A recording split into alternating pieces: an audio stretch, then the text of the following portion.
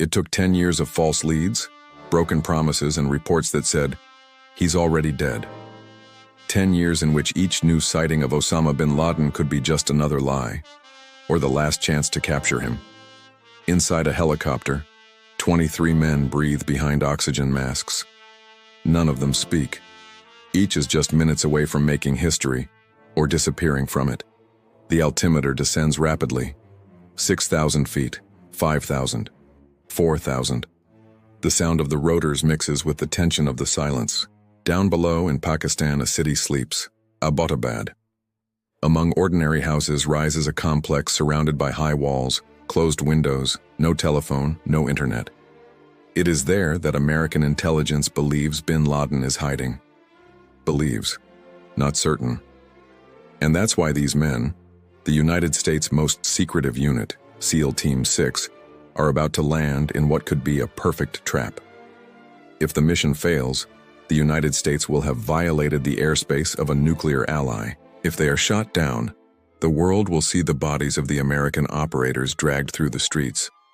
If it's not bin Laden inside, it will just be another mistake among many. The clock strikes 1 in the morning. The helicopter begins to lose lift. The hot air rising from the walls disrupts control. In seconds, the entire operation that took a decade to assemble is about to collapse. 10 years of lies, promises, and deaths converge in that moment. And the only question is, will they improvise? Or will they die?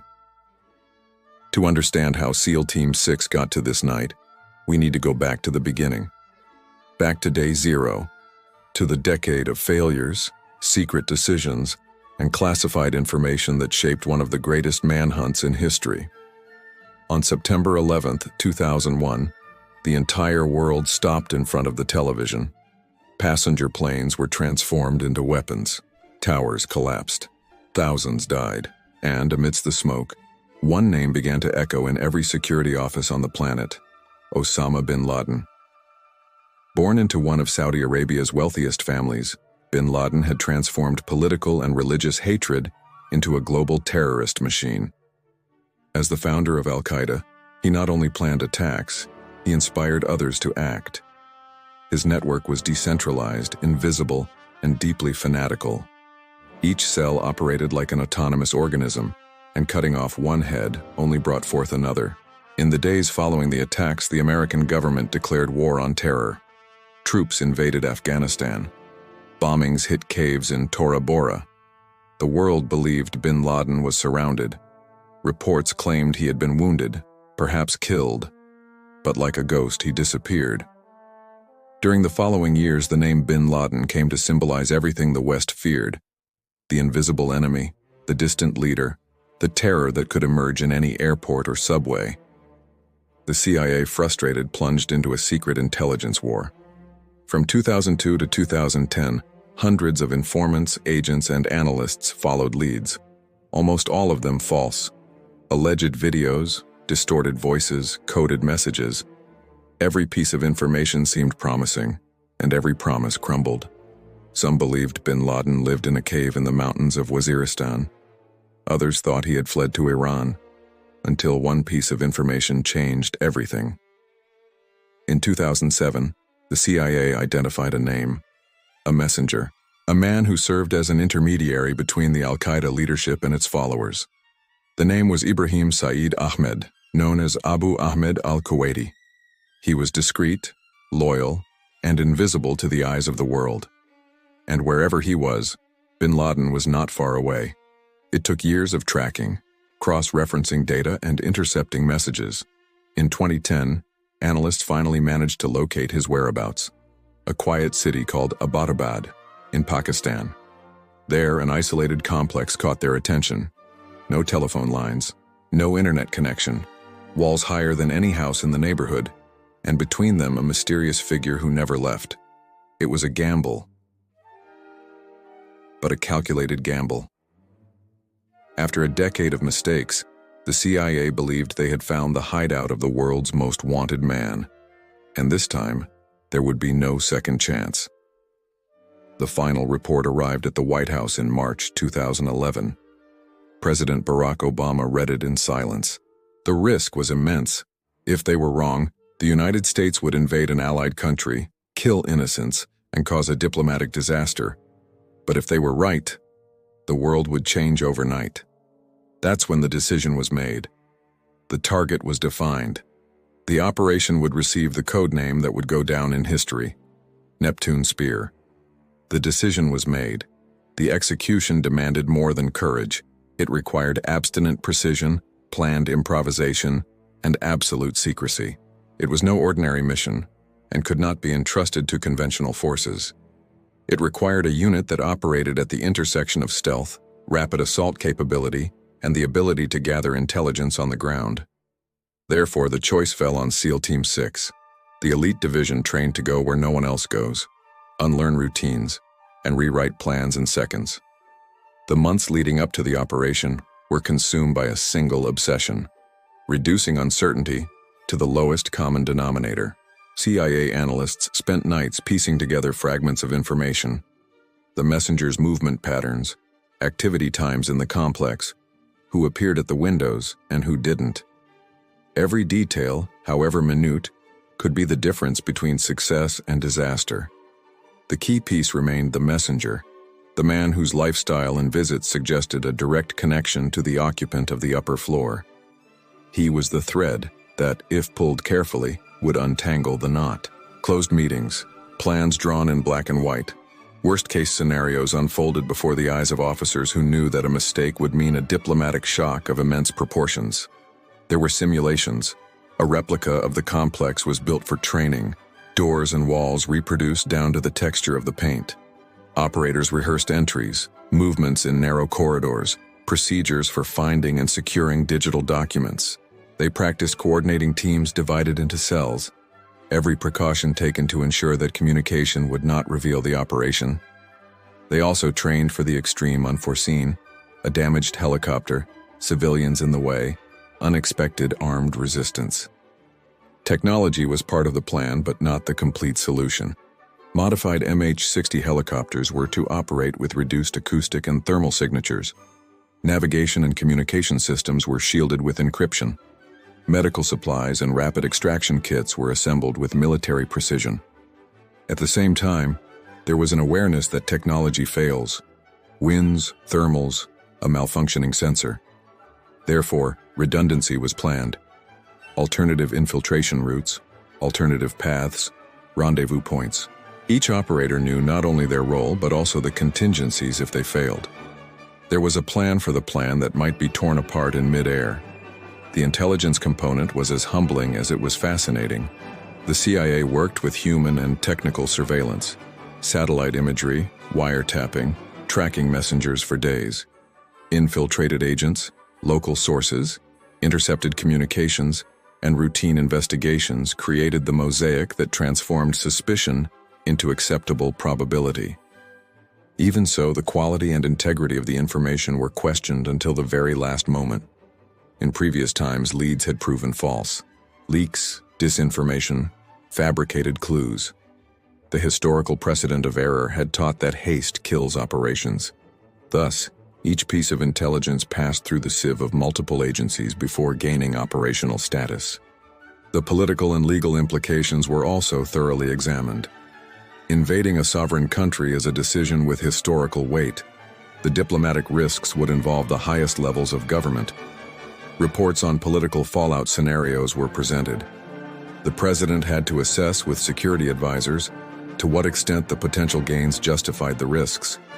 The orders of engagement, the chain of custody for any evidence found, and even the fate of the body were discussed at levels rarely revealed to the public. Each option raised moral and strategic consequences. Part of the preparation included information control and the preparation of post-operation narratives. Leaks could destroy the mission before the first rotor cut through the air. Therefore, absolute silence was imposed on everyone involved. No one besides those who needed to know received the entire mission. Even within partner agencies, there was minimal sharing to reduce the chance of exposure. It was decided that if anything went off script, there would be protocols to contain the information. It was a war of shadows before the final night.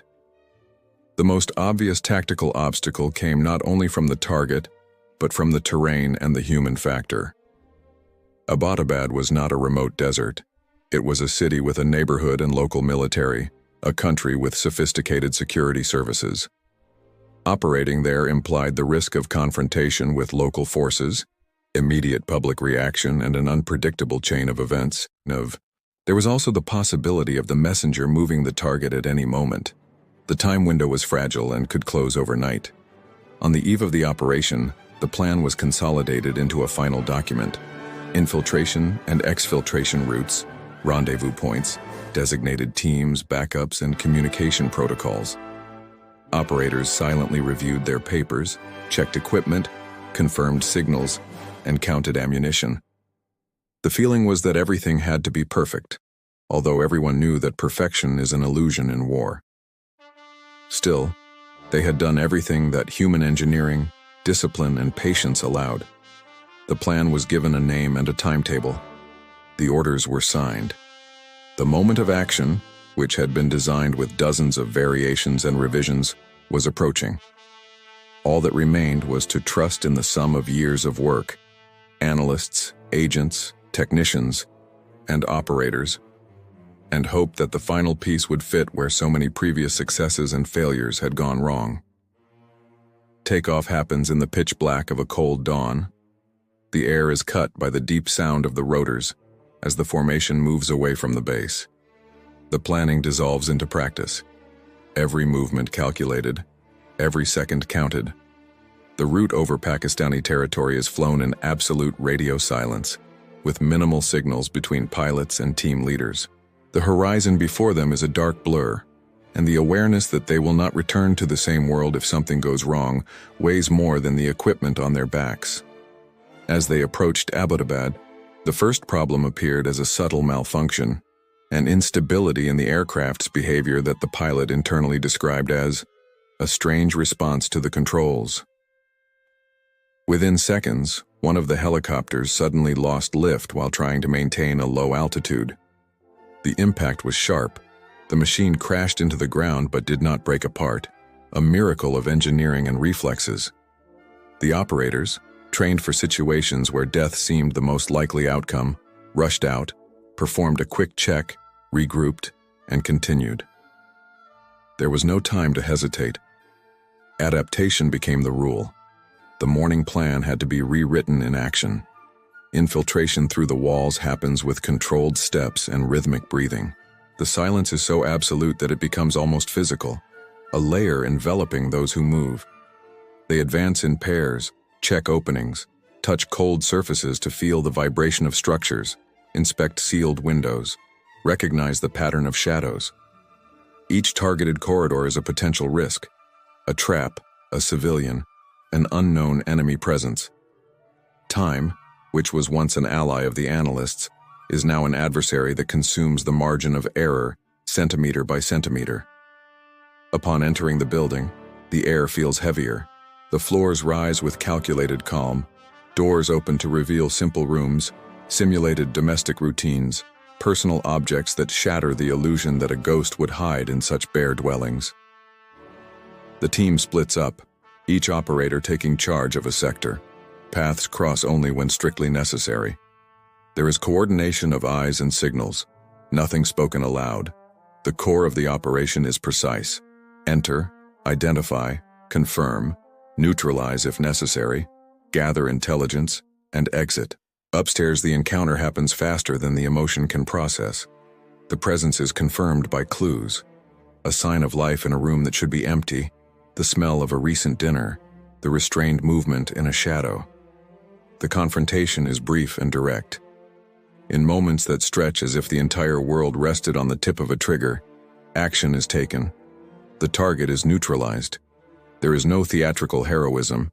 There is the execution of a protocol that has been perfected through years of planning. The precision is cold because it needs to be, because the cost of hesitation is incalculable. While the neutralization takes place, another team searches rooms and drawers, collecting disks, notes, and storage devices. Each packaged object is potentially a map to subsequent cells, passwords that would lead to other routes, names that will open previously sealed intelligence doors. Operators work quickly, but with order. Photographs, cataloging, packaging for chain of custody. Time within the complex's square is measured in clock beats, and the sense of urgency increases as bundles of essential evidence begin to emerge. The biggest unforeseen event comes a little later. The helicopter that malfunctioned upon landing shows damage that renders it irreparable in the field. The bitter decision is made with clinical speed. To prevent sensitive technology and equipment from falling into the wrong hands, the apparatus is destroyed on site. The ensuing fire cuts through the night and creates a momentary light that could reveal the operation, and perhaps does. Still, the price of leaving the machine intact would be higher. The team improvises, adapts exfiltration routes, redistributes equipment, and recalculates timelines. The risk increased, but the mission did not fail. It transformed into a series of chain responses that tested the operator's preparedness to the limit. Leaving the complex is the ultimate test of discipline. They move in silence again, now carrying evidence and the weight of what has been done. Through narrow streets and amidst sleeping glances, the formation heads towards the extraction points. The return to the air is tense. There is the expectation of interception by local forces, the probability of immediate public reactions. Every minute on the exfiltration route is monitored as if it were the pulse of a recently operated creature, fragile and vital. The team reaches the extraction aircraft, climbs, and for a unique moment, it is as if all the years of searching condense into a single collective sigh. Upon returning, the work doesn't end. Preliminary analysis of the collected information begins immediately on board, and at the bases. Encrypted files, handwritten notes, electronic devices that promise to open windows into the command and logistics network. The value of this intelligence is immense. It could mean dismantling cells, preventing attacks, and understanding a chain that seemed invulnerable. At the same time, the political implications explode. How to tell the world, how to justify the violation of sovereign space, how to deal with the diplomatic and operational consequences that will arise at dawn. The mission's return brings both relief and a new responsibility. The operation was executed with the combination of improvisation and rigor that defines the best elite actions. But questions remain about choices made in fractions of a second, about lives that were interrupted, about the ethics of actions that challenge borders and sovereignty. What began as a hunt transformed, in one night, into history, and while the world awoke to the news, inside intelligence rooms and military bases, the work of understanding the ramifications and transforming the data into prevention was only beginning. The silence that followed the landing was unlike any other. It wasn't the silence of discipline, but the silence of understanding what had been done.